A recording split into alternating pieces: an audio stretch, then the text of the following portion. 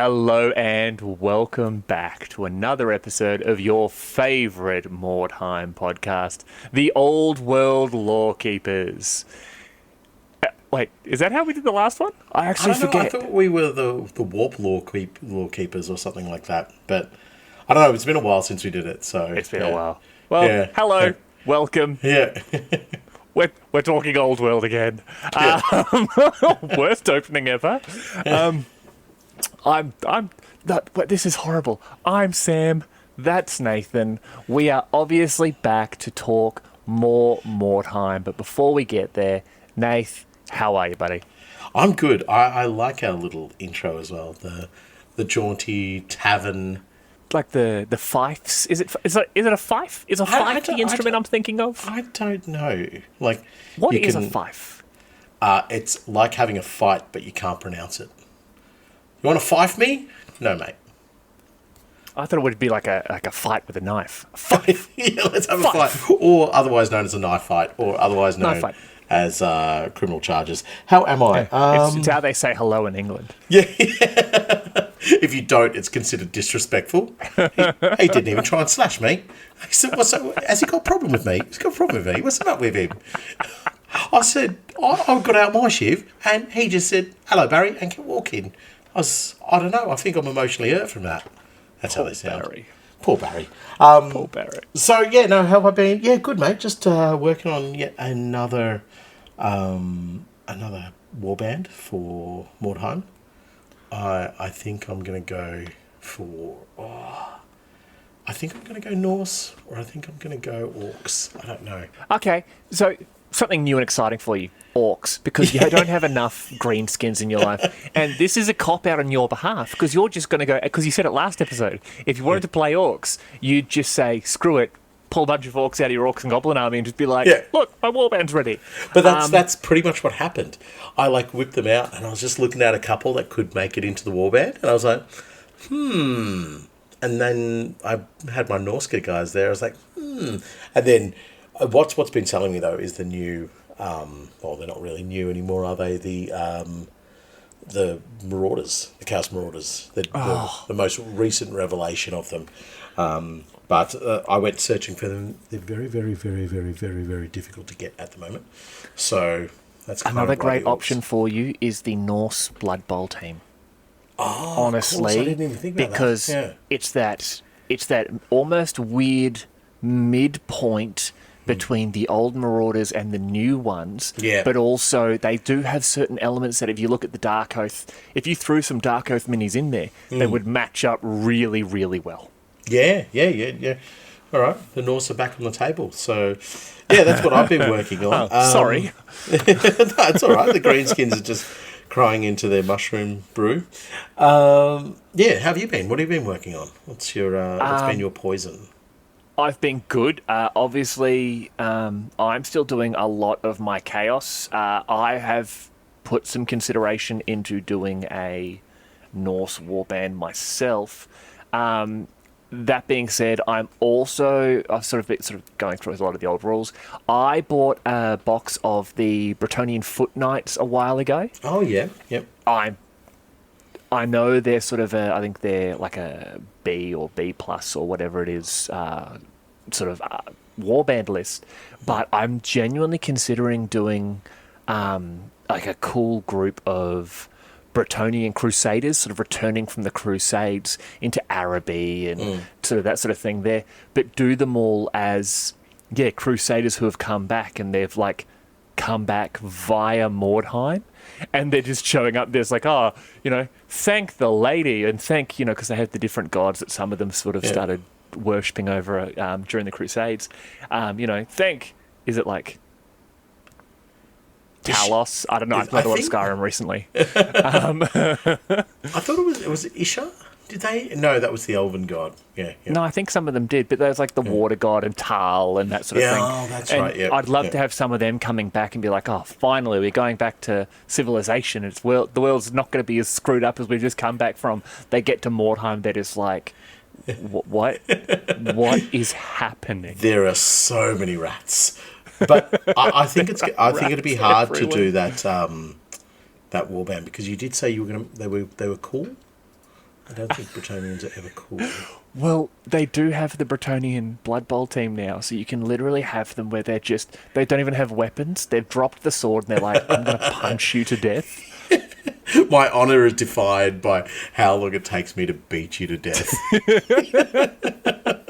There's 3 Blow Joe over there, but yeah, that's an unfortunate name you got. Yeah, but no, that's exactly it. Like, that's how I am sort of envisioning that warband. Obviously, there's a lot to do. There's a lot to sort of come into it there. But obviously, you know, we're waiting a little while before we sort of get our group of mates into playing it. But yeah, no, apart from that, I've not done a lot more. I've used a couple of the Cities of Sigmar steel helms to sort of give more of a sort of like a mercenary or like less regimented look to them, because for the men at arms. Yeah. But yeah, like this is it's like, mainly just bits at the moment. Yeah, without going too far into the previous episode, this is what we talked about, like how much of a treasure trove Age of Sigmar is for Mordheim. Oh, yeah. And yes. you know, you've got to make them a bit down and dirty and darker to match the environment. But if you can get it right, you have an absolutely amazing plethora of miniatures to tap into. So yeah, for any, like, if you're looking to make a warband, as we said in the previous episode, hunt down the Age of Sigmar stuff and just put on like a perspective of like, how can I really turn it? It's almost like, how do I make this a Necromunda miniature? Do you know what I mean? Like, yes. I it's probably not to the same extreme, but you need to go down that pathway inside your brain. But we are into this episode, not last episode. So how about you do that voodoo that you do? Perfect. So, as you all most likely remember from our last episode, we went over the setting of Mordheim. What actually happened to bring us to the point we're at now? Why are we in Mordheim? Why is it so important? But before we get to that part, before we really get to enjoy it, if you do enjoy the show and you are interested in supporting the podcast, please shoot over to patreon.com/the Underhive Lorekeepers podcast. As you know, we are 100% funded by the goodwill of our audience, that we do this for the love of our hobby. Each month we have Patreon exclusive episodes, as well as competitions, polls on episodes, and other bonus content. If you are looking for another way to support us, get into our social media. Instagram, Facebook, and YouTube. A like, comment, and subscribe helps us grow and get our particular brand of lore out into the world.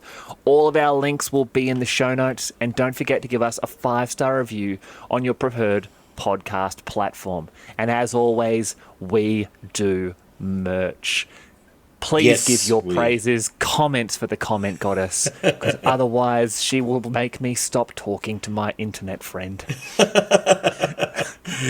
Is that a thing? Can that happen, please? Oh no, I mean no. You have her number. You could literally just text her and be like, he's not allowed to come out to play tonight. Yeah. Make him parent. She's probably just like, nah, it's easier if I send him to you. But yes, we do have our merch, and please feel free to support us on whichever platform tickles your fancy. Excellent. Now, as we promised, we were going to start looking at the various warbands in this episode. And not wanting to jump into them too quickly, we were talking between the two of us, and Nathan had the idea of, why don't we talk about the warbands that came out with that base set? And we were going to focus on the base mercenary warbands. Yeah, well, I think because it's the core game, plus also, like, there's so many stories revolve around the human in Mordheim. I think it's so important. But yeah, so as is our tradition, we have a read. This is a time of unremitting war, civil strife, violence, and famine. A time of orphan children and wanton slaughter. For warriors, these are good time. I shouldn't laugh at that. Enjoy these times, guys, because the peace will be hell. Since the discovery of... I'm going to go punch that guy, and I'm really hungry. Also, those kids don't have parents. Cheers. Sorry. Sorry. All right. We are professional. Even though We are professional. this is off kilter, this is professional. For warriors, these are good times. Since the discovery of Weirdstone, Mordheim has become a magnet for fighting men from all over the Empire. Nobles, merchants, and the Temple of Sigmar itself offer rich rewards for shards of the mysterious stone. Foremost amongst the patrons of mercenary warriors are the three most powerful contenders for the Emperor's throne: the Grand Prince of Reikland, the Count of Middenheim, and Lady Margarita of Marienburg, favourite of the merchant guilds. As a mercenary warband, you must decide which of these three contenders for Sigmar's throne you are fighting for. Warbands from different places will vary in many respects, offering different benefits, as well as having a unique appearance and character. So, before we get too much further into the human warbands, let it just be known that Marienburg is the best, will always be the best, they are the coolest. Honestly, if you keep saying dumb crap like that, the podcast is done. Marienburg? Are you serious? You don't like Marienburgers? No, I have no problem with Marienburg. Like, genuinely, no problem at all. But you truly cannot say that of the three and I know we did have an argument a little bit about the sort of the contention for who was going to be the next emperor and that sort of thing last episode. Yep. And we settled to agree to disagree. But I don't believe... Okay, but I don't believe you can sit there and say that at this time, in like this part of history, that Marienburg was the sort of best option. Like, do you really believe Lady Margarita? And you know what? I see where you're coming from, and I see what you're doing. You're turning this into an argument about the merchant guilds again. I get it. She had the money, and she had the ability to possibly start bankrolling more of the empire and sort of adding a certain degree of professionalism to their armies. But I think that with the focus that she was bringing of trade versus internal stability is what would have done more damage in the end. So, look, 50% of my reasoning for Marienburg needing to be the rulers and also the most prominent in Mordheim is that they look the coolest. They do look the coolest. They are the most foppish. I will give you that. Big hats, massive feathers, striking yellow and blue. Now, if you have an army marching across the town... In Mordheim, it's a little bit different. They're a little bit sort of grubbier looking, you know what I mean? But in the old world, or Warhammer Fantasy as it was back in the day, the striking colours of blue and yellow storming across the battlefield, I don't care who you are, that's intimidating. That is demanding a lot of your soldiers to go, these guys don't care. They've turned up in basically their Sunday best to have a fight. And that's what they do in Mordheim as well. But I do believe, as I mentioned in the previous episode, that the money is what builds the empire. So eventually, yes, it probably needs a little bit of stronger founding in the sense of something political or something social or something religious. But if you've got the money, those things flow around it. Those things will just come because people will come to the money, and then as people are coming to the money, the church will come to the money because the people are there. And then, look, I mean, that's just my opinion. It is obviously didn't turn out like that because we ended up having the Reiklanders be the first and foremost. But yeah, for Mordheim, I think that it's going to be a weird comparison, so please just bear with me. But for Mordheim, Marienburgers rocking up remind me of Space Marines. Right? In the sense... What? I told you to bear with me. So, it's not because they're powerful. It's not because they have the best weapons or anything like that. Mind you, they have the money to have some pretty damn good weapons. It's because they rock up in the most gaudy, in the most over-the-top, like, get-ups. And they're parading around on the dirty, like, smoke-ridden, rat-infested streets of Mordheim in these great big hats, these bright yellow and blue, I guess, uniforms or livery. And they just don't care. They're just like, yeah, we're from Marienburg. We've got the best stuff. Come at me, boy. I'm not going to lie. I will agree with you that the blue and yellow is probably... I think Marienburg most likely have the best uniform colours. Yes. Guaranteed. Yep. Guaranteed. But can we... Let's just... We will talk about Marienburg when we get to Marienburg. Like, we have jumped too far ahead. So... I just wanted to say one thing. You drew it out of me. You drew it out of me. Yeah. I did this to myself. Yeah. I did this to myself. You threw the bait. You lured me in. And, yeah, no, you're right. I've done this to myself. So, human mercenaries. One of the big things about this, absolutely, in the original box set, in this original rulebook, when it came to human mercenaries, the three options were exactly that. The representatives of the Grand Prince of Reikland, the Count of Middenheim, and Lady Margarita of Marienburg. So Reikland, Middenheim, and Marienburg were your options. Obviously, later on, we had a lot of other... groups come in, Kislevites, I think it was like Ostlanders were another Ostlanders option. were definitely there, yep. You had like the halflings from the Moot. Well, then the forces of Hochland. Hochland were there. But the Moot was like halflings and humans as well, because I'm sure of it, because they had like some human archers, but like it's scrapping at the old memory on that one. But was there not a force from Nuln you could take, or am I... Oh, the gunnery school, I think it was, wasn't it? Yeah, I think so, but I'm not 100% sure. Yeah, but once again, we're allowing ourselves to go too far to the left. So... Yes, yeah.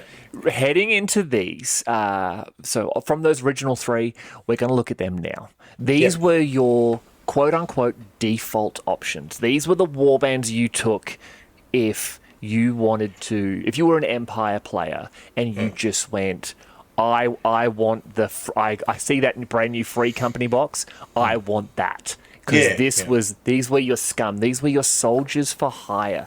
These were the fellas that were going, I don't want to be a soldier. I don't want to be a stable boy. I want to go to Mordheim. I want to use my wits, find some of this stone that everyone's talking about, and make my fortune. I want to, let's be honest, probably buy my way out to Marienburg and live the high life. So, as the famous quote from Mordheim is from the humans, I'm doing it for the Benjamins. I'm doing it for the Benjamins. I don't know if they confuse that with a gang entirely named Benjamin, but or money. But it was famous quote from that region. I'm doing it for the Benjamins. But I think and without going into too much detail, because we will, each one of those three options as your base option offered you something like fundamentally human, but also slightly different. So your Middenheimers were, basically your lumberjacks, like, there's beardy weirdies ready to go. You're just insulting everyone that isn't in blue and yellow. But we'll start here with Reikland. So Reikland lies at the heart of the Empire, and its greatest city is Altdorf, home of the Grand Theogonist and the seat of the Temple of Sigmar. Reiklanders are devout followers of Sigmar, the founder, first emperor, and patron god of the Empire. The Grand Prince of Reikland, as Siegfried, the ruler of Reikland, styles himself, is supported in his claim to the throne by the Grand Theogonist and opposed most strongly by the Count of Middenheim and the priests of Ulrich. Throughout the Empire, Reiklanders are commonly supposed to embody the discipline and loyalty of the professional warrior. Brave and well versed in the arts of war, Reiklanders disdain fashionable clothing in favour of well-made and practical war gear. Boo. In battle, they often wear coloured ribbons as marks of identification or authority. They are justly proud of their dynamic and ambitious Grand Prince and contemptuous of other claimants to the throne, especially the Count of Middenheim, Manfred Todbringer, whom they sneeringly call the lapdog of Ulrich. Oh, Toddybringer. Oh, Todbringer. He brings Todd. That's how he got his name. Turned up with a dog. Everybody said, "What's that?" He said, "Oh, it's a dog." And they thought he said Todd. He said dog. No, I think of the sort of base mercenary factions, Reikland is probably the most identifiable. Like yes, they are. Yes, they are. They're also a little bit boring. Well, I think they are supposed to be. Like, do you remember the? They are the Orlocks of Mordheim. God damn. Do you evilest. remember the Heraldry of the Empire book? Heraldry of the Empire book. It sounds familiar, but it was a book. It had the different major states and sort of duchies and that, and it would show you the different clothing that the Empire soldiers would wear. It typically like halberdiers and then great swords and that sort of stuff. The entry for Reikland in that one there is literally what you've just described. It is, by every definition of the word, beige. There's a lot of white. If you want to paint Reikland, you take an Empire model, you base that bad boy in white, and then you give it a zenithal spray of white. Yep. And then you get the sort of like black of the boots, the silver of any armour and weaponry, a little bit of red or black here and there. Yep. Null and oil that bad boy, and he is done. But see, it's interesting. It's interesting because Altdorf is slightly different to that. Do you know what I mean? Yes. Yeah, which is when you think that they come from that region, like, you know, Altdorf's their main city and whatever, you would imagine that they would, like, Altdorf's got that blue and the red, and I don't know, they're like, they seem to be a little bit more expansive with their colours, whereas Reikland's just like, yep, keep it dull, keep it boring, kill some dredges. Yep.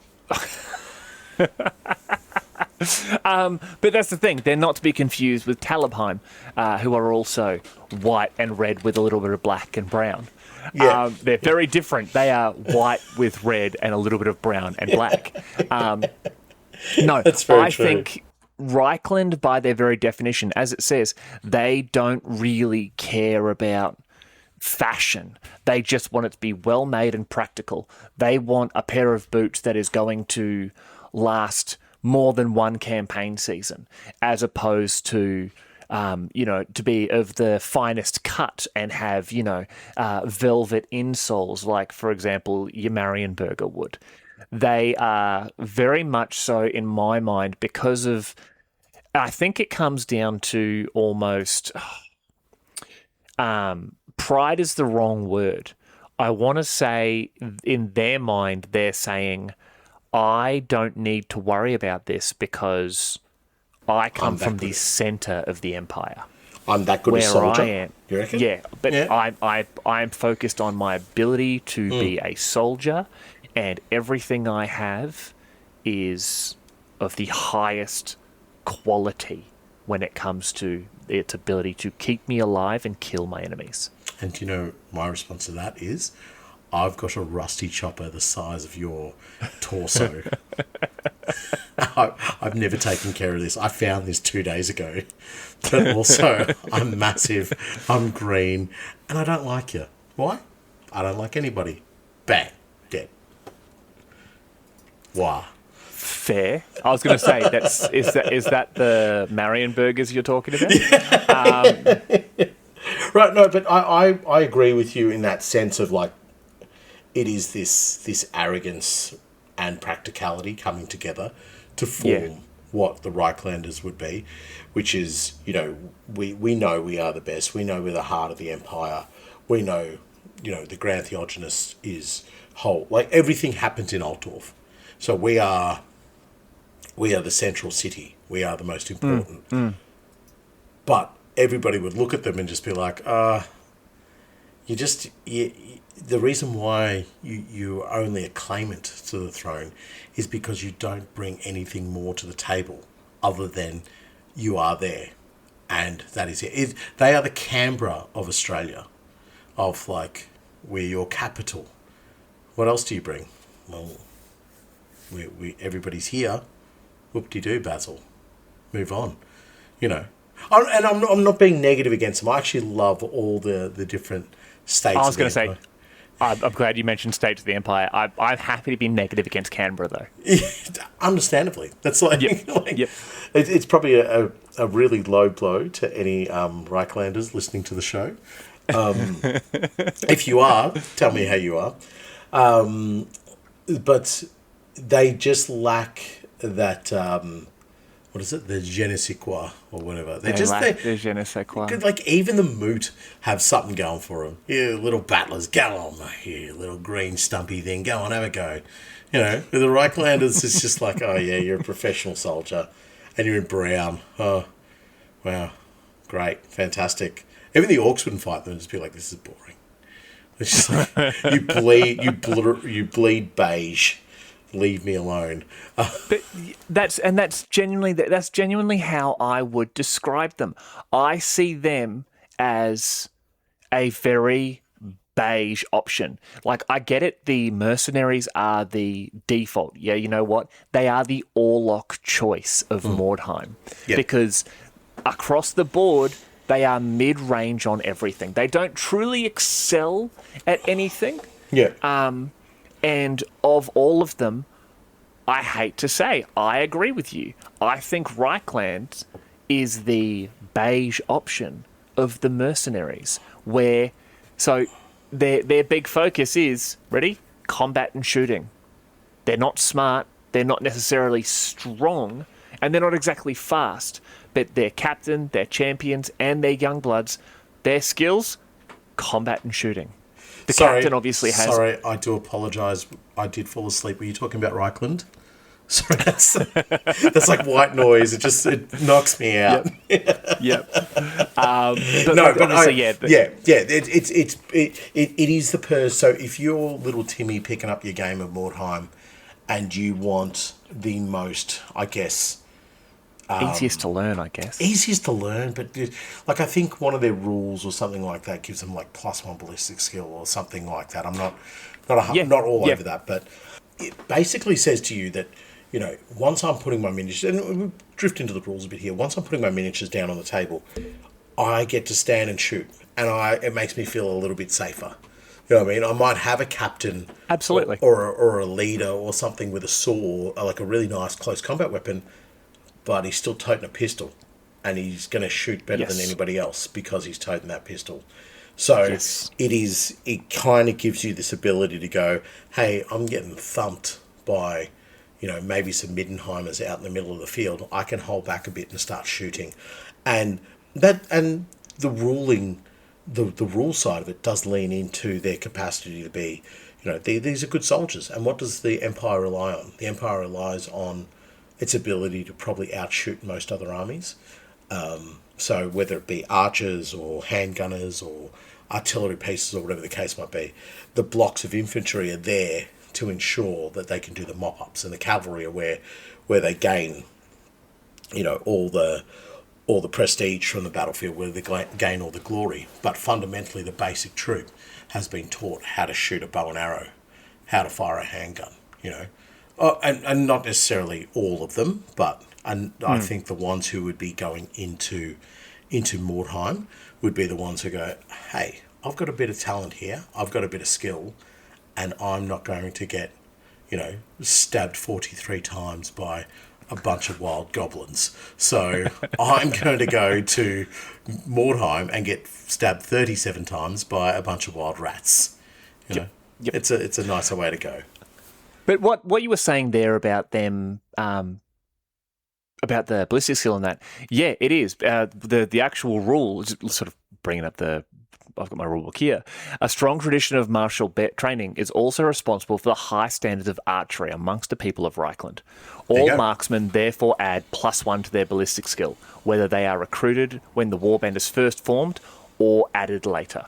And that's exactly it, because in Reikland, at the capital of the empire, no matter what, you train to be a warrior. You train to be a soldier. Yep. I was about to say the exact same thing. Yep. You are a line soldier.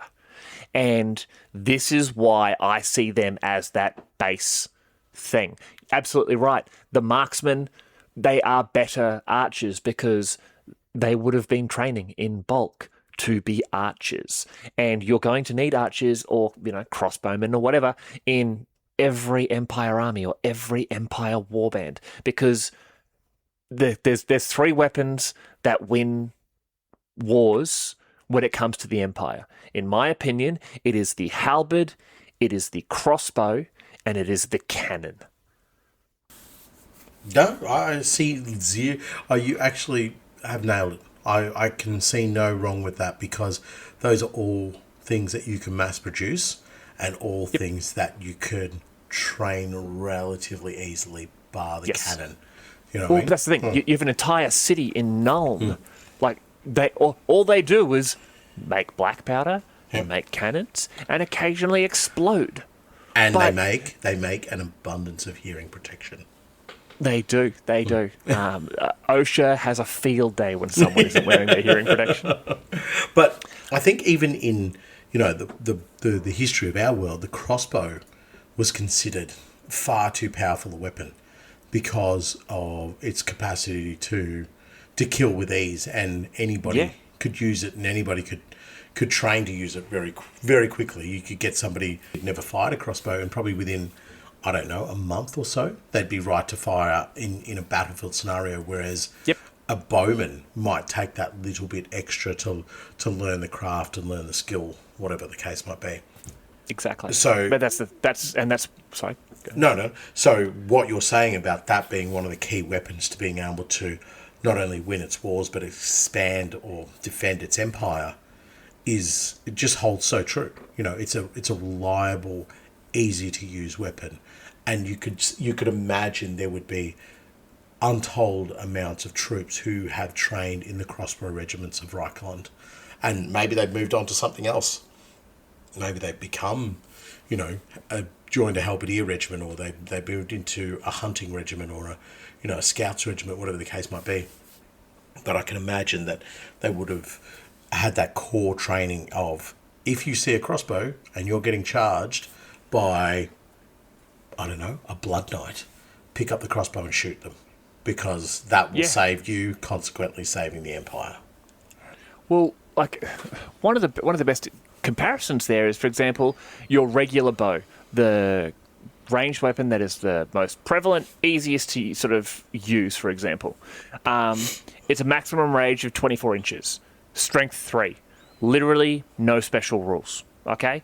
You get that for, I think it's like 10 creds, or gold coins, or whatever you want to call them. Whereas a crossbow, it is a maximum range of 30 inches, it is strength 4, so it is now shooting further, hitting harder, but you get the rule of move or fire. So you can't move and then fire a crossbow on the same turn. You can spin, you can pivot, but it takes that little bit extra skill. This is where Reiklanders, I think, would be more logically armed with crossbows. Whereas bows, short bows, long bows, whatever, they're all strength 3. The longbow has a maximum range of 30 inches, but they don't have those additional special rules. You gain an additional strength just from your attack, just by having the crossbow.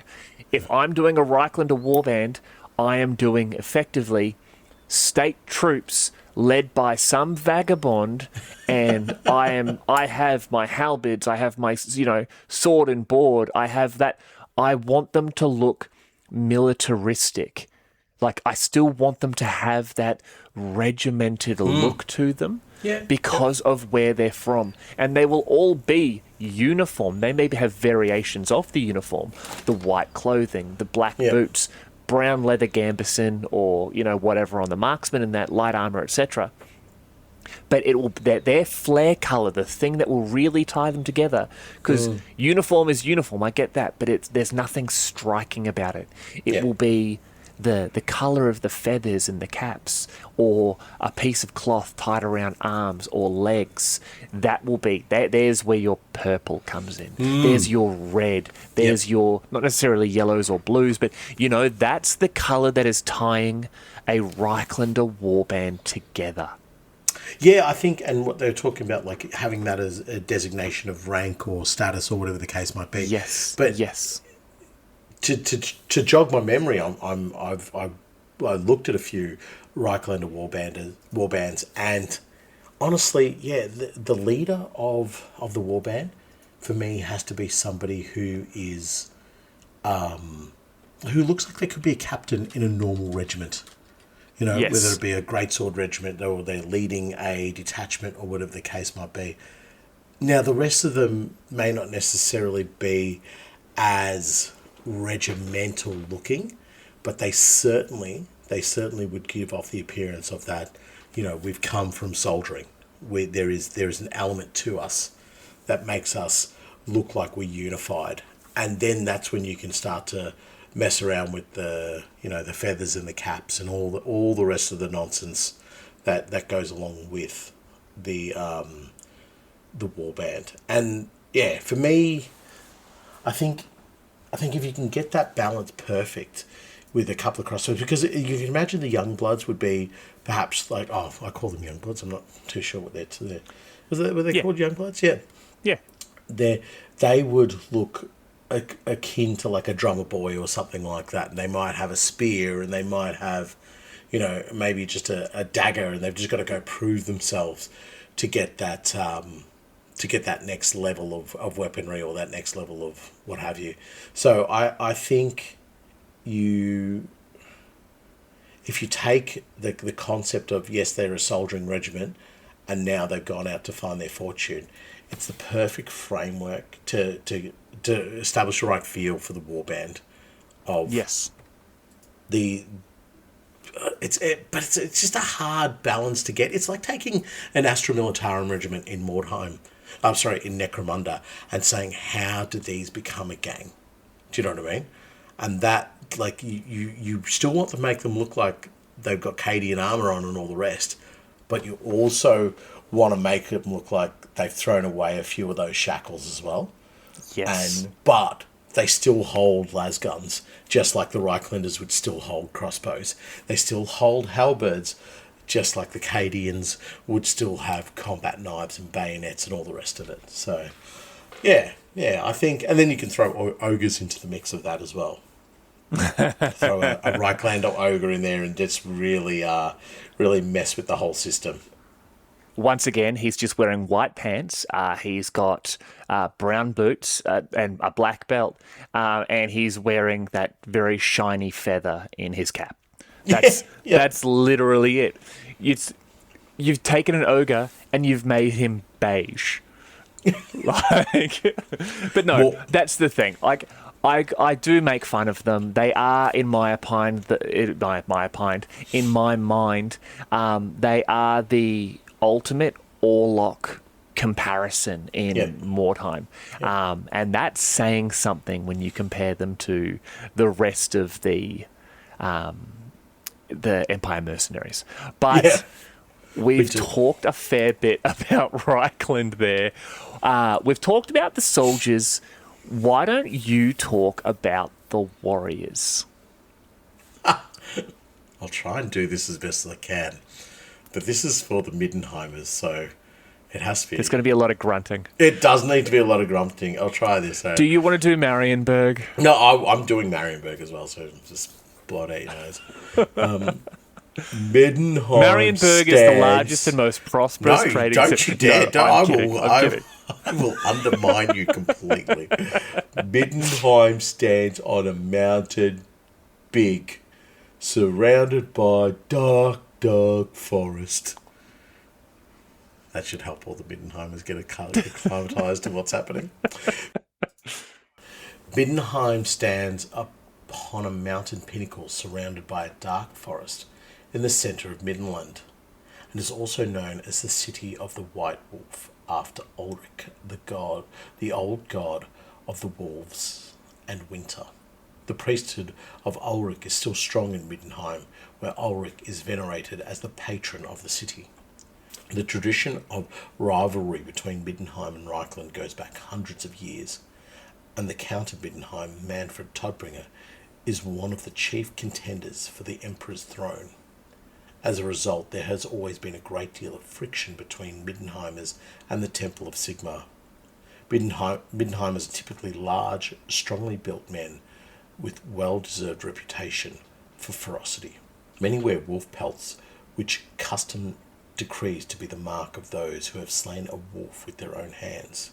These grim warriors are famously contemptuous of danger. They frequently go into battle bareheaded, scoffing at those who choose for reasons of good sense to wear helmets.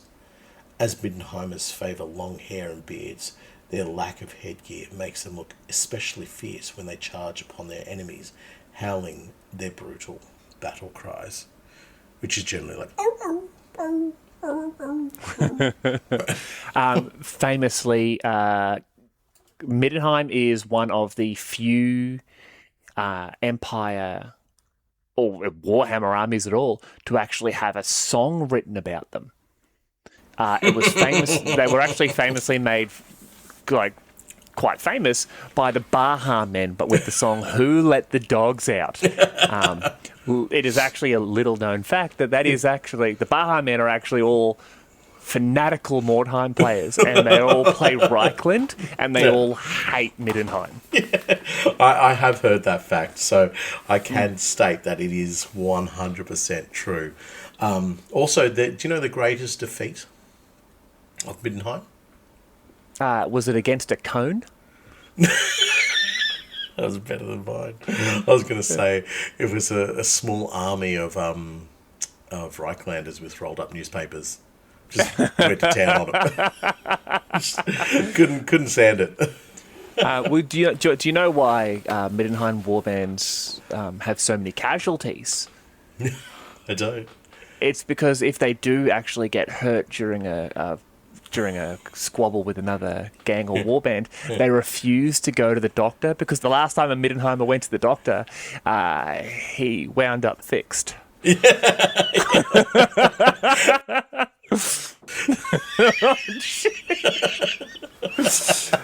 case you can't tell, Nathan and I both enjoy Middenheim, but they are very easy to make fun of. No, you take this, because I have stuff to say, but you did the read, so you can react first. Yeah. Look, I mean, I think Middenheim, from an old world or Warhammer Fantasy perspective, they were definitely fleshed out a little bit more. So we were given a little bit more sense of who and what they are as a state. I think way back in the day, for any of the older listeners who remember the Storm of Chaos, Middenheim became the central point, and then you had the Wolf Priests of Ulrich, and then you had the Teutonic Guard. Teutonics, that's what they were. I was going to call them Templars. Yeah, they were so good. They were great, and the concept of who they are, what they are. The Teutonic Guard. Teutonic Guard. What am I, Teutonic? The Teutonic Guard, sorry. Yeah, that's it. So those additional aspects that we saw, which was basically, they were the great swords of Middenheim. Those things helped to, I think, influence a lot of the Mordheim warbands as well, because we started to get a bit more of a taste of what this uniquely separate part of the Empire could be like, what it could be like from not only an aesthetic point of view, but also from from a lore specific point of view as well. Whereas Reikland offered you the Empire. This is the Empire in all of its personification, without its variations and so forth. This is base Empire. Go forth, do what you will with that lore and that understanding. And there was nobody really else. And then once we saw the explosion on the scene of Middenheim, it began. And at this point of Storm of Chaos, Mordheim had already been out for probably close to a decade at that stage. 2300, I think it got burnt down. Yeah.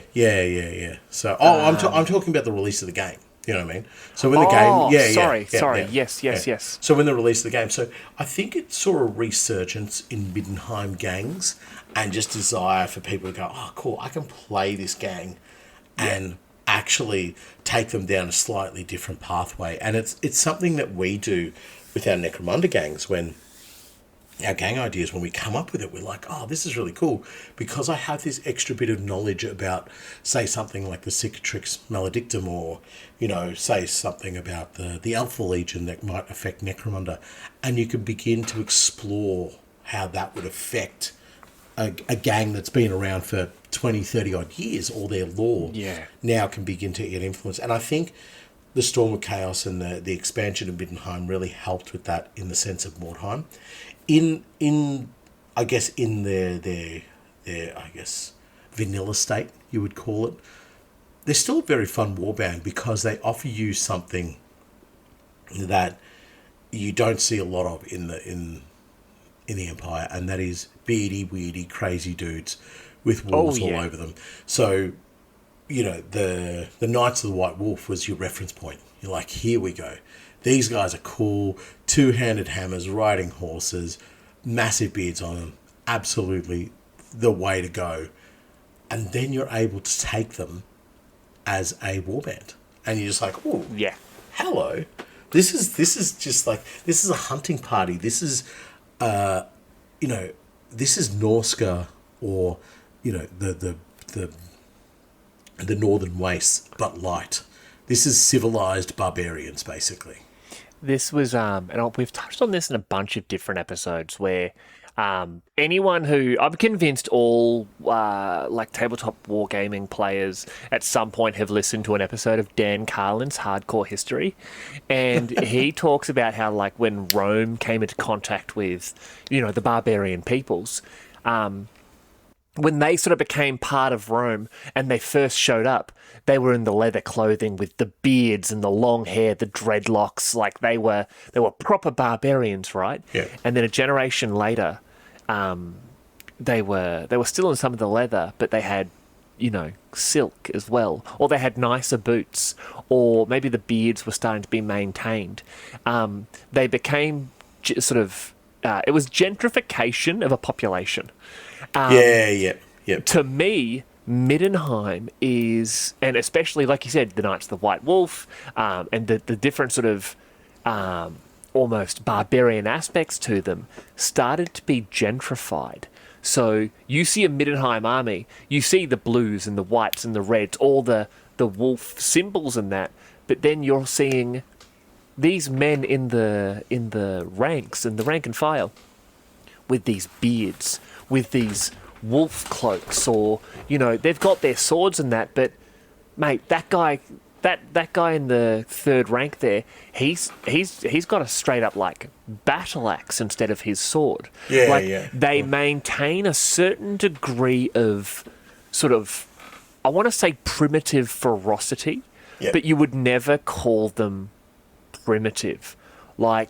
They simply maintained a connection to their own faith, because obviously they worship Ulrich, as opposed to they obviously worship Sigmar, but they still have a very, very strong link to, it's our Ulrich. The cult of Ulrich is literally in there. It's in Middenheim. Yeah, and I think the other thing that's important about maintaining that sense of barbarism about them is the Drakenwald Forest. Am I right in saying that, actually? The Drakwald. Drakwald. It's right on their doorstep, isn't it? Yeah. I think another thing in maintaining that barbarism and ferocity about them is the Drakwold Forest is on their doorstep. Yes. So these Warpstone hunters who would be coming to Mordheim, they haven't where they might be, sort of disenchanted soldiers coming out of Reikland. These are hard nuts coming out of Middenheim who have been fighting all manners of horrors and know of all manners of horrors. Maybe they haven't gone into the forests and got themselves a beastman pelt or whatever the case might be, but they most certainly have got. They most certainly know the stories of what exists in and around their capital, in and around their civilization, and it is horrible and nasty and ready to kill them. So stepping into Mordheim is just like, well, fantastic. This feels like home. Everything here wants to kill me. Everything here wants to kill me. I have a belly full of mead, an axe in my hand, and I can hear a wolf howling somewhere. I love this city. Yeah, exactly. This is absolutely perfect for me. So I think, going forth as Warpstone hunters or Weirdstone hunters, I don't think it's too dissimilar to what they would be doing as they're growing up. And where the Reiklanders, I think you would see them being developed into soldiers. I think perhaps in Middenheim you would have more naturally grown soldiers. They live off the land. Even the city troops, it would be expected that they're out there fighting. They're out there always brawling and fighting and, doing something that is adjacent to proper combat, because you can't have something like the Knights of the White Wolf in your city who are just, bears on horses. You can't have that as bears on horses. Warband idea. Sorry, I just realised we didn't do warband ideas for Reikland, but we will do Reikland after. Yeah. But yes, they are the personification of warriorhood within Middenheim. So they're not even, and the representation of them is not as nobility. So growing up in Middenheim, you'd expect, hey, I want to be like a Knights of the White Wolf. I've got to be hard. I've got to be like, dirt under the fingernails constantly. I've got to be willing to brawl and fight all the time. So with that mindset, when these warbands start moving towards Mordheim, they are not disenfranchised soldiers. They're not, necessarily glory seekers. Maybe a touch glory seeker, but definitely more income seeker. But they are soldiers who know how to survive the hard. They are warriors who can survive. I have to disagree with you. Sorry. Yes, They are not soldiers. They are warriors. Yeah. They're not there to win battles. They are there for loot and glory. As Russell Crowe once said, fighting across the seas. That's what they are doing, basically. Making movies, making songs, and fighting around the world. Fighting around the world. That's their whole idea. They don't know what a movie is, but they know it's part of their mantra. So for me, they're the warrior epitome as opposed to the Reikland soldier epitome. Yes. And what you said before about them sort of being more grown as opposed to built. The men of Middenheim are famous for their physical prowess. To represent their advantage in size and bulk, the champions and captains of a Middenheim warband start with strength 4 instead of strength 3. All right, so like we've said before, they are literally all about being bigger and stronger than every other human out there.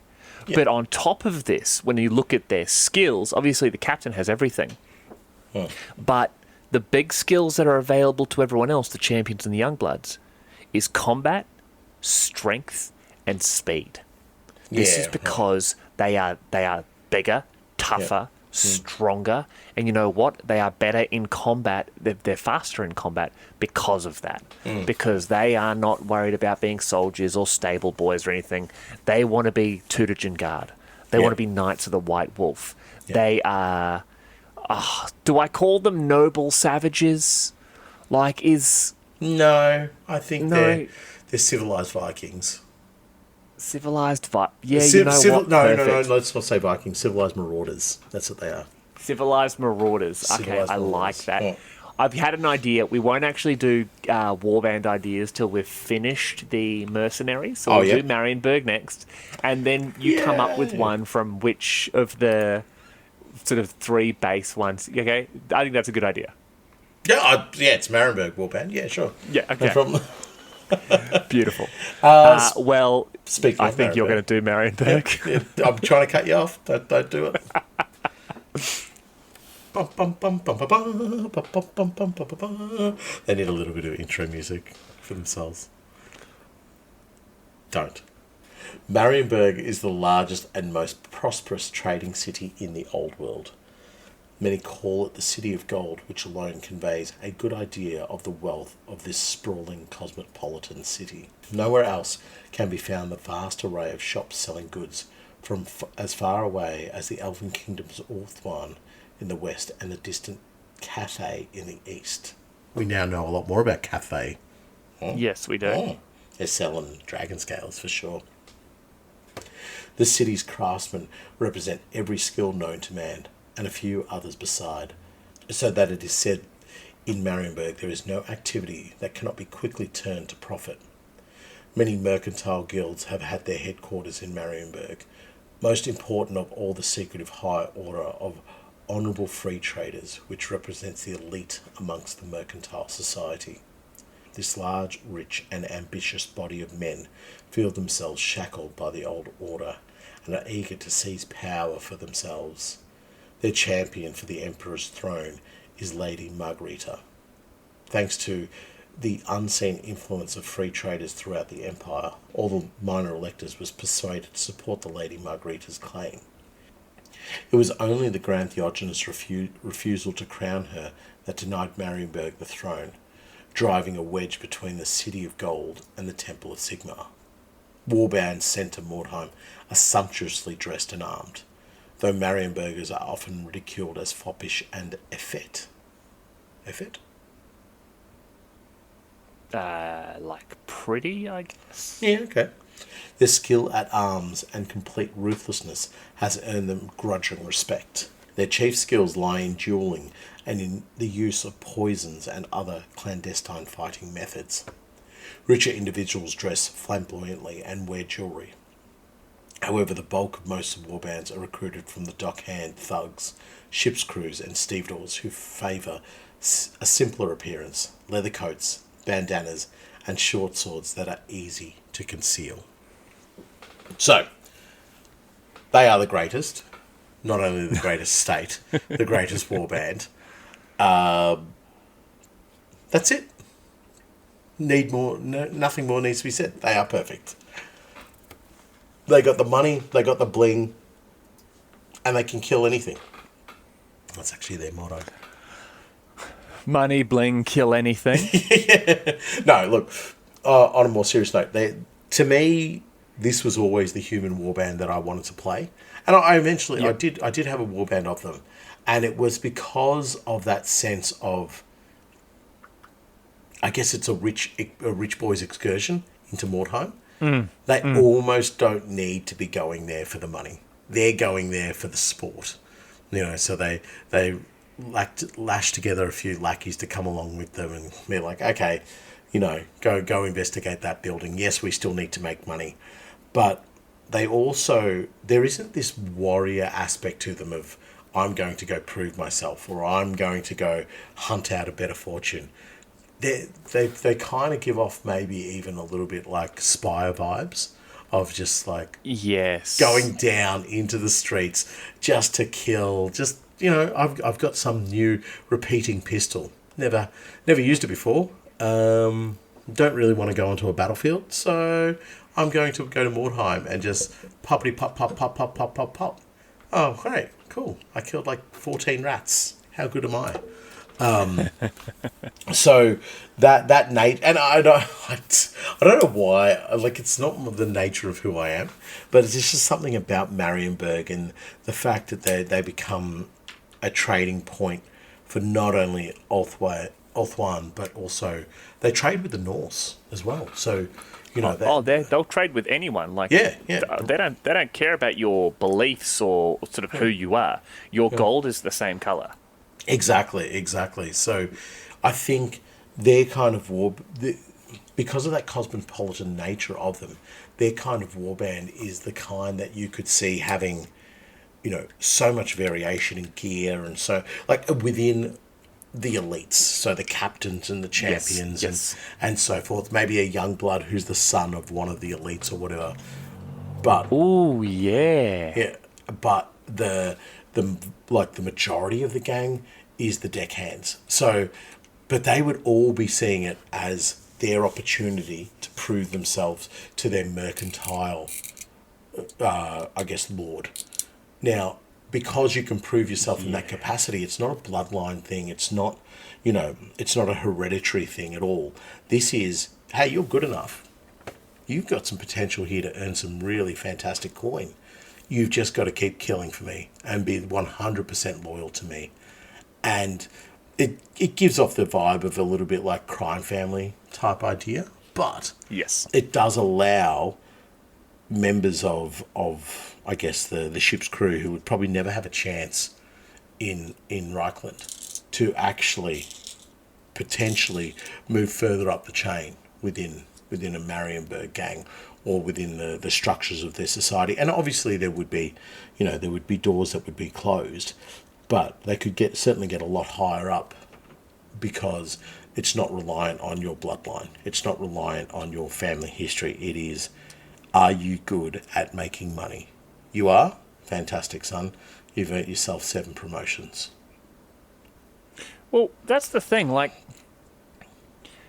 one of the big things about Middenheim, obviously, sorry, not Middenheim, Marienburg, is money. And do you know what you can do if you have a bunch of money and your city-state is in conflict? You can pay other people to fight for you. Yeah. Like, Marienburg has I wouldn't say massive armies, but a lot of their standing army in, like, quote-unquote modern time, and even to a point of back here, they were mercenaries. They were mercenaries from everywhere. Marienburg had trading agreements, like you said, with everyone from the Northerners to Bretonnia to the other Empire states. Albion, they were trading with. They were trading with the elves. And because of that, they could say to people, set up permanent residence in our city and we will pay warriors from your land to help defend us because they'll be defending you. While you're doing that, our sons and daughters don't have to worry about becoming soldiers to defend our lands. They can build up their own mercantile aspirations because, like you said, there are always going to be certain doors that are closed to you. But during this time, at the age of 3 empires, the merchants were so powerful that if you had enough money, you could literally go and say, I want to be part of the advisory council to the Baron, or I want to start changing laws to benefit the merchant class. Marienburg was the one place that the middle class actually started doing really, really well. Trickle-down economics somehow worked there, just nowhere else. And this is why I like them, because they gave everybody a chance, mate. That's the real reason I like them, not because of the cool guns. Yeah, but what you said was right. Like, Marienburg is genuinely the place where, you'd have these merchants going there and saying, I just want to go to this place because, you know what, I want to get the records from Barry's trading house because if I have those records, I can call in some of those debts because this book proves that this debt is owed to me. Or there were counting houses, there were trade depots. I want to go in there and get as much of the the resources that have been left behind after the comet has struck. But on top of that, I am the third son or fourth son or third daughter or fifth daughter or whatever of a merchant, and the oldest child is going to get the lion's share, and then the second, and the third, and the fourth, and finally me down the bottom of the rung. You know what I can do though? I can use this small stipend that my parents have given me, and I can hire a crew to come with me to Mordheim, and I can make my own fortune. And I can come back and I can show those stupid brothers and sisters of mine that I'm just as important as them. Now, you say that, but it was really difficult for the firstborn because they would have to fight a lion to get that share. It's a Marienburg tradition. It is. Yeah. Listen, I walked into it. They just import lions. It's like, oh, death in the family? Yeah. So we've got a lion in. All the wealth is in the lion's cage, and my son has been given a pistol. So yeah, good luck to him. But I agree with you in wholeheartedly in the sense of the wealth that would be coming into Mordheim is not the top tier wealth of Marienburg. This is the lower tier wealth of Marienburg in that seventh son, the fourth son or whatever, and they would be well supplied by their families. Like their families wouldn't want to see them get killed or anything like that, or just wasted away. So they would be well funded, but at the same time, the loss of that particular son or daughter or whatever the case might be, we're all right. We can deal with that. You're not the number one. But the thing I love there, when it talks about them, though Marienburgers are often ridiculed as foppish and effete, their skill at arms and complete ruthlessness has earned them a grudging respect. Their chief skills lie in dueling and the use of poisons and other clandestine fighting methods.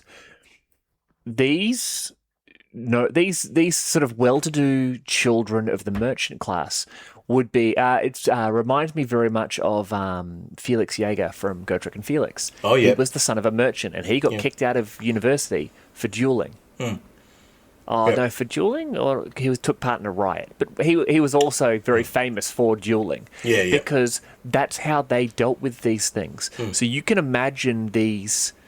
These captains who are actually the sons of and daughters of nobles who have learned their skill in dueling and how to fight dirty because, they're dealing with docklands thugs and ship's crews and that.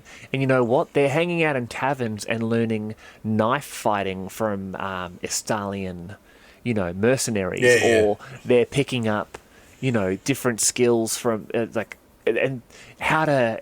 what are they called? The vendetta? Yeah, I was just thinking the same thing. You throw the cloak and stab with the knife.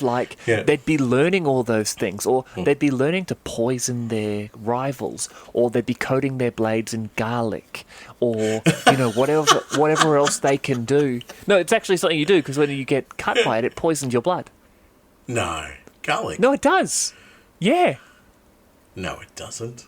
Does it? No, it does. So if I'm chopping up garlic at home and I nick my finger and I get garlic in the nick on my it's finger. really bad for you.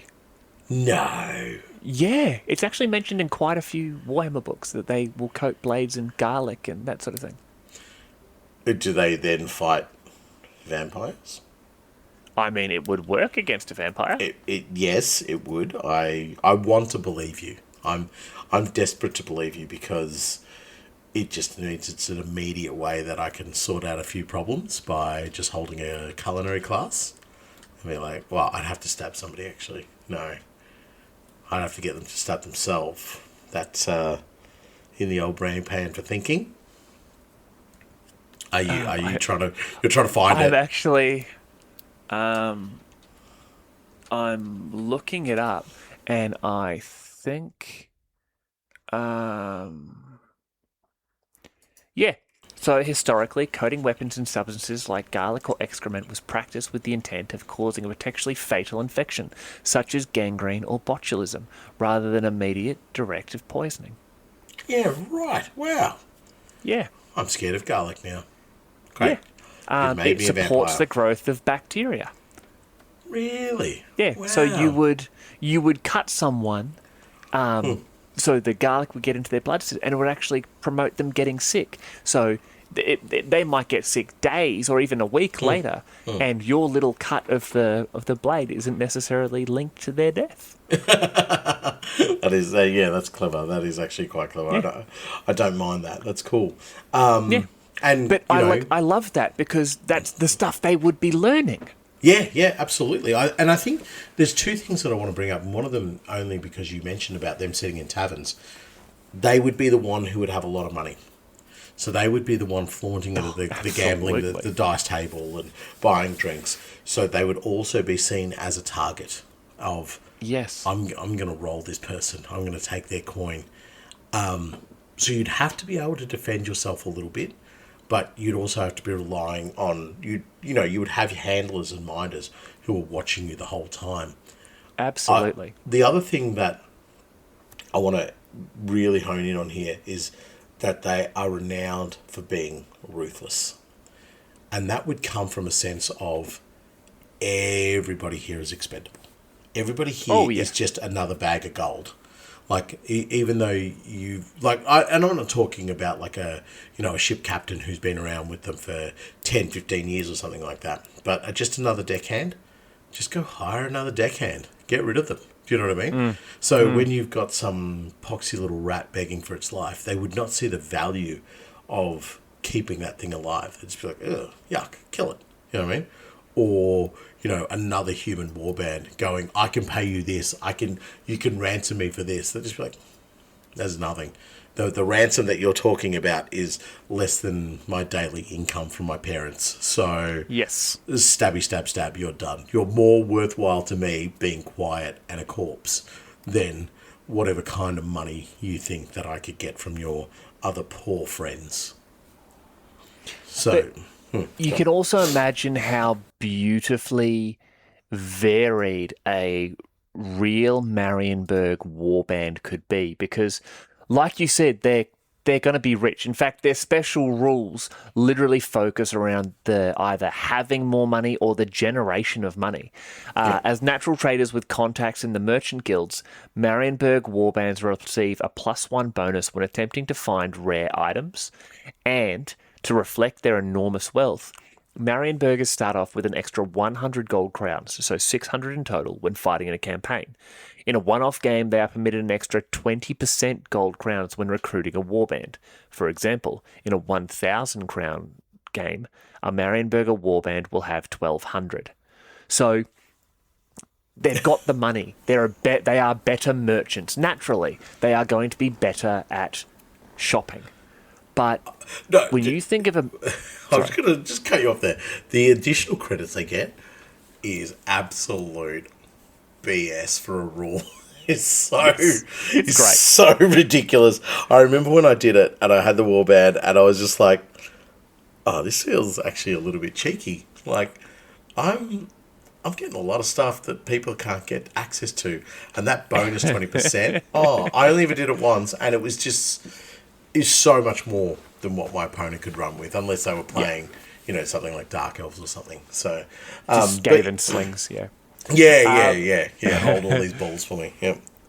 But you can imagine that your Marienburg captain, so depending on what type of merchant he is or what type of trader's family does, you can imagine that how much that would adjust how your warband looks. Like if your father is a wine merchant who deals almost exclusively with Bretonia, you can imagine you'd be, your warband would almost have more of a Bretonian flair to it. Maybe one of your champions is a disgraced knight, Oh, that's cool. That's awesome. Like Marienburg have, they have big ties with like Cathay. So you can imagine... maybe if you have firearms, especially with the new Cathayan models, one of your marksmen has a Cathayan firearm. Yeah, the Giselle thing that they have. Maybe one of your marksmen is Cathayan. Yeah. Or you have parts of Cathayan armor. Yeah. Or if you're dealing with Ind, or if you're dealing with Nippon, like you're able to really twist the the way your warband looks, you're at core, you would be a Marienburger, and the sort of the lower rungs of your gang would be those various scum. But because of where you are from, you would have so many different types of scum available, basically. Yeah, basically you stole my gang idea. Yep. Okay, cool. That's Cool. That's cool. pretty much exactly what my gang idea was going to be, but we'll think of something else. But you are 100% correct. The way, so you take for example a Middenheim warband rocking up, there would be so much honor, so much pride about the weapons that they're using because it's an axe or something that I have been using since youth, or a blade that was handed down to me, or a bow that I killed my first beastman with. These weapons would hold not only a historical but sentimental value to the warband. Whereas within a Marienburg warband, I think there would be a sense of, let's replace it with something different. Oh, we've been gifted this beautiful sword from Bretonia. Yeah, that's now my sword.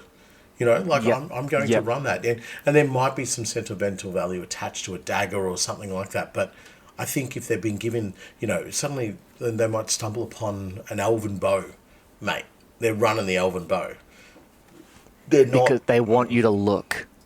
Yeah, and how cool they would look. But I think what you're saying there about your lower ends of the warband would be your foreigners, for use of a better term. I think the Marienburgers themselves would still set themselves up as if they were going into a guilder meeting or something like that. Yes, they would still have to represent who they are as Marienburgers.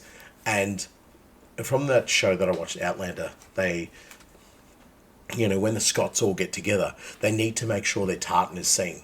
Like, this is my clan. This is where I'm from. So that Marienburger would most notably say, I am from this particular house. I have this much reputation attached to me. I have this much wealth. And it's not about them showing that off to other Marienburgers. That would just be a constant state for them to say. The Marienburgers, their armor would be the most filigreed.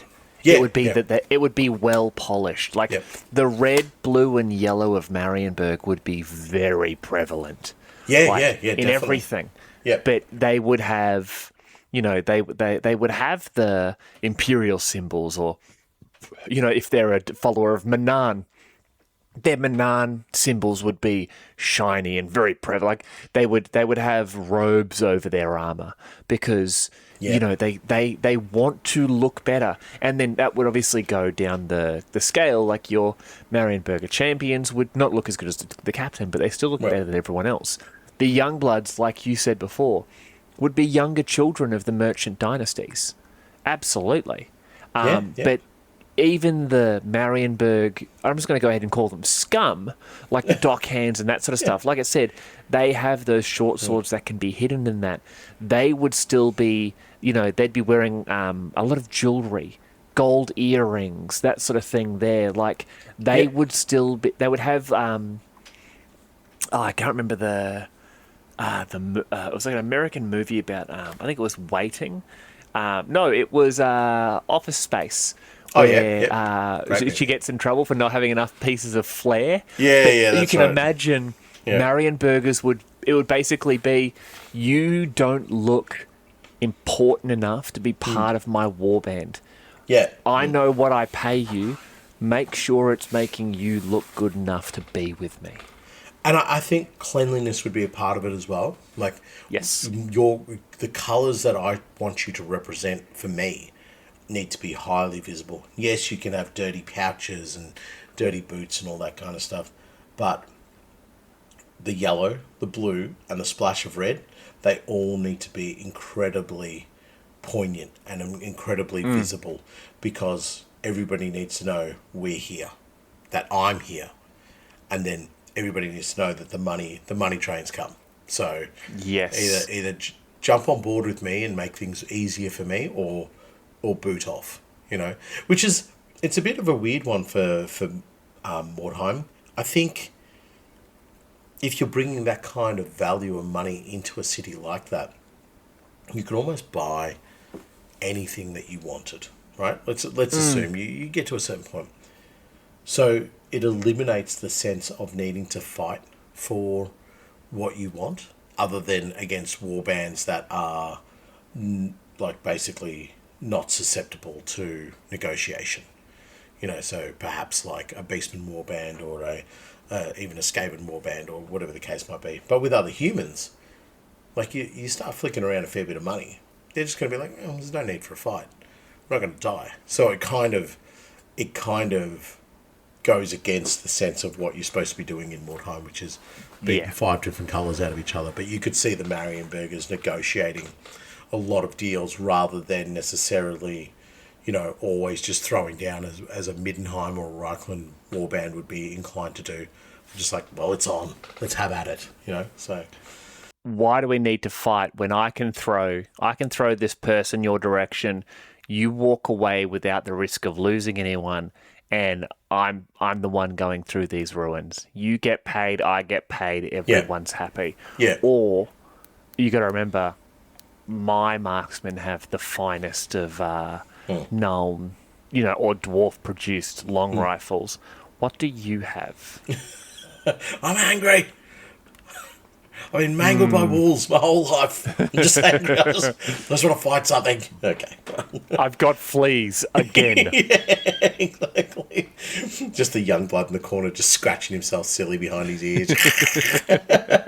It's from him. I know it's from him, but he only talks in grunts, so we're not 100% sure where he got it from. Yeah. Okay. So given the fact we've now covered all 3 of the original sort of release human mercenary warbands, what is your warband?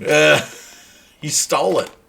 It was a Marienburg warband, but each represented from different parts of the old world. So I think you would have a ship captain of Marienburg trying to make his way within Mordheim. So has been given basically a right from whoever his mercantile lord is, and said, go forth and see what you can do with this bag of coin. When you come back, you will have a flotilla if you come back successfully. If you don't come back, oh well, I knew you were the wrong choice. And if you come back penniless, then just be prepared to be part of the deckhands, because you'll be demoted right down the ranks, and he would take his son with him, who would be one of the young bloods. So, he would be doled up. He's still a ship captain of Marienburg, so he's not poor, but he ain't rich either. But within that would be all the variations from the old world who have decided to sail with this captain. So, a Cathayan peasant who was running away from their land so that they didn't get conscripted into fighting against the Great Chaos Incursion.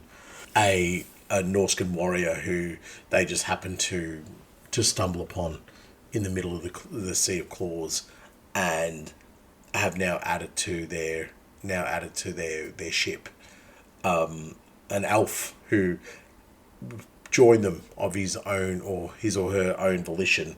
They have no idea why, but is there, maybe a Reiklander who wants to become a Marienburger. So each one would have a very individual story behind them, but they would be armed as the ship crew, because they whatever specialist weapon they might have had. The Norseman might still have his axe. The Cathayan peasant might have a spear or something like that. But the elf isn't using his elf bow or his elf sword, because that stuff would vanish very quickly on a Marienburg ship. They would just be like, yep, get him, bash him, take the weapons, done. So you could imagine these different races, but they would all be represented as deckhands and crewmen, but not in that sense of just the scum. I think they would all have their own little stories. You could even have a dark elf there. Maybe they were attacked by a black ark, or no, maybe not, maybe it's something like that, but a dark elf raiding party, and he ended up on the ship as the ship escaped. I was just like, wow, you can kill me, or I can fight alongside you. So an actual corsair, that would be cool. Oh, I actually imagine that offer being made by the Marienburger, where he'd be, listen, we can kill you, and it's going to suck for you. Or, I tell you what, how about you work for me for a little bit? Yeah. Show me, You know, show me your secrets. Show me where the best things are in this horrible ocean, and the more you do it, the next time we see some dark elves, we just dump you off. I can't imagine them saying they have basemen, because obviously that wouldn't work. They wouldn't have Skaven in there. Skaven might work, and then obviously like you wouldn't go through any sort of like your really sort of low life races like dwarves. Like that'd just be too vile to have within your warband. yeah. Yeah. That's cool. I really like that. It's almost what's the word I'm looking for? You've almost described them as you would almost, they're basically pirates, but without the piracy. Like they're all sort of coming together for the prospect of loot and wealth. I don't think they're coming together for loot and wealth, in my opinion. I think they all have their own individual stories that attach them to the ship, but they follow this captain because the captain is the one who gave them that second chance. The captain is the one who said the door is open for you. Now it's my opportunity to go become part of the upper echelons of Marienburg. So I'm going to take my favourite soldiers with me, my favourite little warriors, and where you will all ride the coattails. You'll become my entourage when I am in the great halls of Marienburg. Probably not, because they'll all be non-human, so they'll be shunned and rejected. Yeah. Yeah, I really like this. Yeah. Okay, that's cool. Have you got a warband idea? Well, so it's a Marienburger warband. I knew it. What they do? No. Marienburgers, I think, have become the new Venators this episode. So they're dark elves, right? But there's a rich dark elf. We're going to call him Mariavenberg. No, I'm actually heading down the Reikland route, where it's actually something you said, where you would see a Reikland warband, not necessarily still as, like when you talk about the Renegade Guard, they're still wearing flak armor and they still have las guns, etc. But this Reikland warband, I would see them almost as, imagine that they're not necessarily retired, but they're no longer active soldiers, and they'd be from the same village or from the same collection of villages, and they've heard what's happened, and they're looking at it all, and they're saying, at the end of the day, once a Reiklander, always a Reiklander, and you sort of, we need to do what our part to ensure that, Siegfried becomes the true emperor of the empire. Yeah. So how do we do that? It's like, well, we all have one skill in common. We are soldiers. So their former captain or sergeant or whatever says, we can become sellswords, not for some petty noble or minor princeling. We will become sellswords for Siegfried, and we will make our way to Mordheim, and we will get this stone that is so valuable because that money can be put towards more soldiers, towards paying, and assisting to prop up, our emperor. And so you'd have them as these soldiers where maybe they're not necessarily as uniform because they've come from the same army, but they're from different regiments. So you would have that, your marksmen are all now hunters. So these hunters are now coming in with their leather armor, their sort of homespun clothing. They've got various hats in that like I said before, the coloured feathers, So the strips of cloth. it would be like they're dusting off the old kit a bit. Do you know what I mean? Yes. So like yes. they so remember from the movie The Patriot where he busts out his old chest and then he's got his Yes. old British shirt. Yes. So he sort of dusts out the uniform and he goes, this one doesn't fit as nicely as it used to. A bit extra, like I've got too much extra muscle in my tummy, so I'm not going to wear that. But this You ribbon, and me know what that feels like. the ribbon can go, and my old helmet fits like a dream. Oh, there's the old nick on it. Yep, I remember that. And Yep. Yeah. Okay. Cool. I see Or this. maybe some of them have become members of those free company, or they're still part of their local militias, so they're able to sort of come together from that, and yet you're going to have a little bit of difference. Like maybe one of them is a former cavalry, like a scout or something. So he's going to have a lighter helmet and maybe a longer sword, or maybe one of them has, maybe the captain's an ex-pistolier, because they come from the Perfect. noble sons, right? Perfect. So now he's spent a bit of time outside of the pistoliers, but he only really served as a pistolier. And then after that, his career took him somewhere else within the nobility. But now he sees an opportunity to push himself further up the ladder within the court. Yes. And so dusts off the old pistolier's helmet, and it looks a bit awkward and looks a bit silly, a young man's uniform on an old man's body, but he still carries himself with that sense of nobility. Yeah, Yes. I can see Perfect. that. Yeah, right. I can see that. But that's it. Like I think they would be a little bit more mismatched because you know what? They are older. And those young bloods, they're the sons of these the former soldiers or the former mercenaries who have gotten back together. Yeah. And,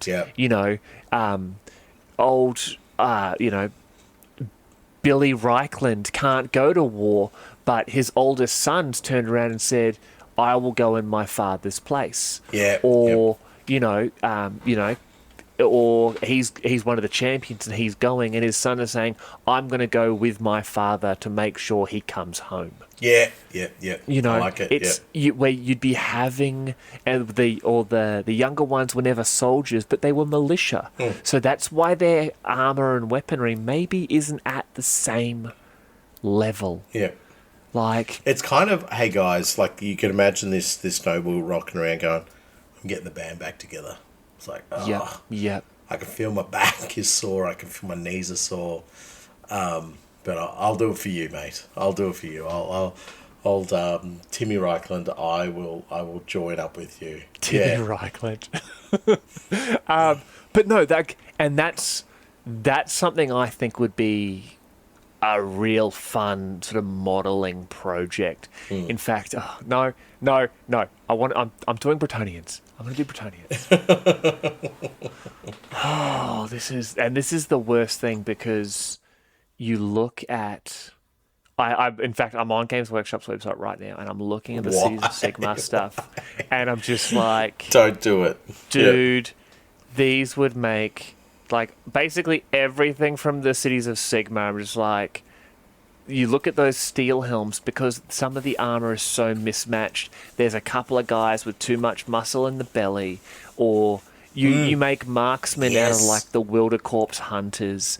The steel helms are just amazing. Like the standard bearer, who's basically just like everyone's uncle, who talks about how he could have been a professional athlete in high school. Oh,